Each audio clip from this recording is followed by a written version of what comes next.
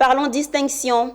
Honorer ces travailleurs pour le travail colossal qu'ils abattent au quotidien. C'est le sens de la cérémonie de remise de diplôme d'honneur du travail organisée récemment au siège de la Sodefort à Abidjan au bénéfice de ces travailleurs. Ils sont 38 à avoir été distingués pour leur fidélité à l'entreprise. Walter Kofi et Richard Akeke nous font le point. C'est un vibrant hommage qui a été rendu à ces hommes et ces femmes qui ont tout donné pour la bonne gestion du patrimoine forestier ivoirien.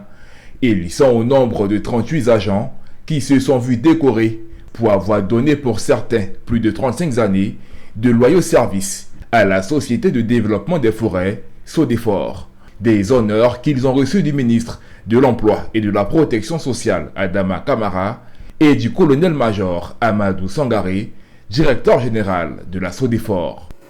13 d'entre vous ont reçu la médaille d'or, 5 la médaille d'or, 18 la médaille vermeille et 2 la médaille d'argent.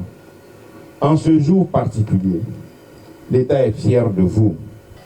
Chers récipiendaires, ces distinctions que vous allez recevoir viennent récompenser les sacrifices et les efforts que vous avez déployés de jour comme de nuit pendant toutes ces années, parfois loin de vos familles et au prix de votre vie pour la protection et la sauvegarde de nos forêts.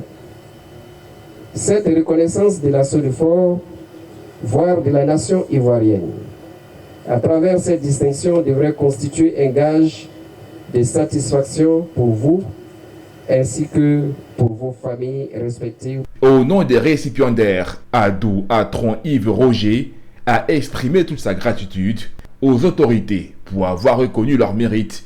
Il a profité de l'occasion pour interpeller les agents sur la nécessité de travailler dans un esprit de cohésion et de fraternité. Si dans la vie, il faut toujours reconnaître son mérite. Et si l'État reconnaît toi ton mérite, c'est que c'est déjà une bonne chose. Rappelons qu'une attaque a été enregistrée le 4 avril dernier dans la forêt classée des Sanguinés, dans le département de Mans. Des infiltrés ont agressé des agents des eaux et forêts. Le bilan, 7 agents des eaux et forêts gravement blessés et 17 manœuvres, dont 5 cas graves.